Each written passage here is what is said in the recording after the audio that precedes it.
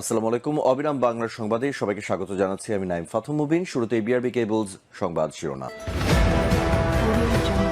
শাহবাগে ইনকিলাব মঞ্চের অবস্থানে যোগ দেবেন জাতীয় বিপ্লবী পরিষদ, থাকছে বিস্তারিত প্রতিবেদন।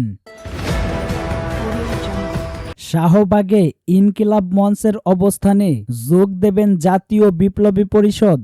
শাহবাগী নেত্রী লাকি আক্তারকে গ্রেপ্তার ও ফ্যাসিবাদী আওয়ামী লীগ নিষিদ্ধের দাবিতে রাজধানীর শাহবাগে ইনকিলাব মঞ্চের অবস্থান কর্মসূচিতে যোগদানের ঘোষণা দিয়েছেন জাতীয় বিপ্লব পরিষদ। বুধবার বিকালে এক যৌথ বিবৃতিতে এ ঘোষণা দেন দলটির রাজনৈতিক প্রধান মোহাম্মদ আনিসুর রহমান ও সদস্য সচিব হাসান মোহাম্মদ আরিফ। বিবৃতিতে বলা হয়, জুলাই বিপ্লবে সম্পৃক্ত ছাত্র জনতা গঠিত প্রথম দল জাতীয় বিপ্লবী পরিষদের অন্যতম প্রধান লক্ষ্য হল ফ্যাসিবাদী রাজনীতি, দল ও সংগঠন নিষিদ্ধ করা।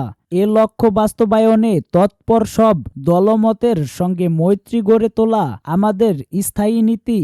ফলে শাহবাগী ফ্যাসিস্ট নেত্রী লাকি আক্তারকে গ্রেপ্তার, শাপলা ও পিলখানা হত্যাকাণ্ডের সুষ্ঠু বিচার এবং গণহত্যাকারী দল আওয়ামী লীগকে নিষিদ্ধ করতে ইনকিলাব মঞ্চ যে ঐতিহাসিক দাবি জানিয়েছে তা আমরা সর্বাত্মকভাবে সমর্থন করছি।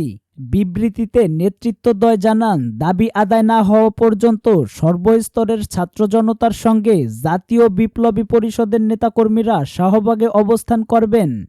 উল্লেখ্য, ফ্যাসিবাদী আওয়ামী লীগ ও মিত্র রাজনৈতিক দলগুলোকে নিষিদ্ধ করার দাবিতে ঢাকা বিশ্ববিদ্যালয়ের রাজু ভাস্কর্যে 28 দিন ধরে ছাত্র জনতা অবস্থান করছে।